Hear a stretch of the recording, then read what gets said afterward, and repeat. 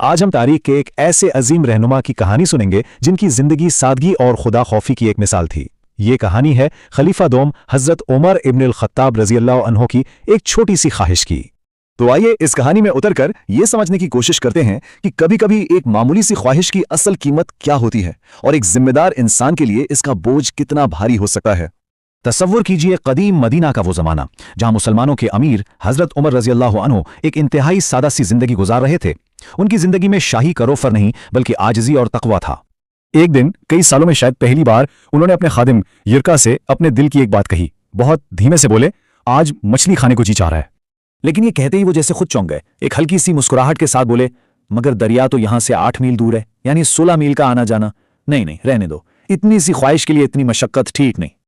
اب امیر المومنین نے تو اپنی خواہش دبا دی، لیکن ان کے وفادار خادم یرکا کے دل میں اپنے آقا کی محبت جوش مار رہی تھی۔ ان کے لیے یہ صرف ایک خواہش نہیں بلکہ ایک حکم تھا۔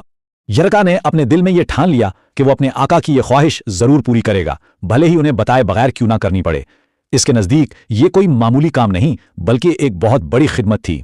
تو جیسے ہی حضرت عمر نماز کے لیے مسجد گئے، یرکا نے فوراً ایک تیز رفتار گھوڑا لیا اور اسے دریا کی طرف دوڑا دیا۔ 16 میل کا یہ لمبا سفر اس نے اتنی تیزی سے طے کیا کہ عصر کی نماز سے پہلے ہی واپس آ گیا۔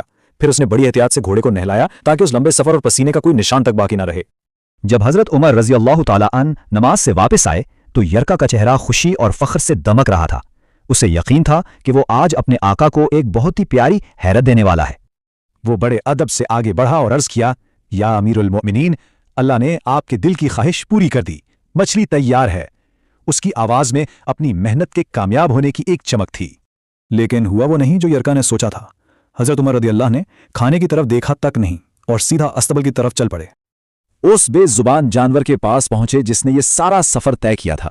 وہ خاموشی سے بڑے پیار سے اس کی پیٹھ پر، اس کی ٹانگوں پر ہاتھ پھیرنے لگے جیسے اس کی خاموش تھکاوٹ کو خود محسوس کر رہے ہوں۔ اور پھر ان کا ہاتھ گھوڑے کے کانوں کے پیچھے گیا۔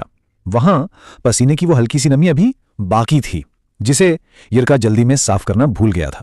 بس یہی وہ لمحہ تھا جب سارا راز کھل گیا۔ اب یہ لمحہ ایک خواہش کی تکمیل کا نہیں رہا بلکہ یہ ایک گہرے روحانی محاسبے، اللہ کے سامنے جواب دہی کے خوف کا لمحہ بن گیا۔ حضرت عمر وہیں گھٹنوں کے بل زمین پر بیٹھ گئے۔ ان کی آنکھوں میں آنسو آ گئے اور آواز لرزنے لگی۔ انہوں نے یرکا کی طرف دیکھ کر کہا، اے یرکا، سوچو تو، اگر قیامت کے دن اس بے زبان نے اللہ کی بارگاہ میں شکایت کر دی کہ یا اللہ، عمر نے اپنی ایک چھوٹی سی خواہش کے لیے مجھے 16 میل تک دوڑایا، تو یرکا تم ہی بتاؤ، میں عمر اپنے رب کو کیا جواب دوں گا؟ یہ الفاظ سن کر یرکا تڑپ اٹھا اور پھوٹ پھوٹ کر رونے لگا۔ اسے اپنے آقا کے تقویٰ، ان کے خوف خدا اور ایک جانور کے لیے ان کی شفقت کی گہرائی کا اندازہ ہوا۔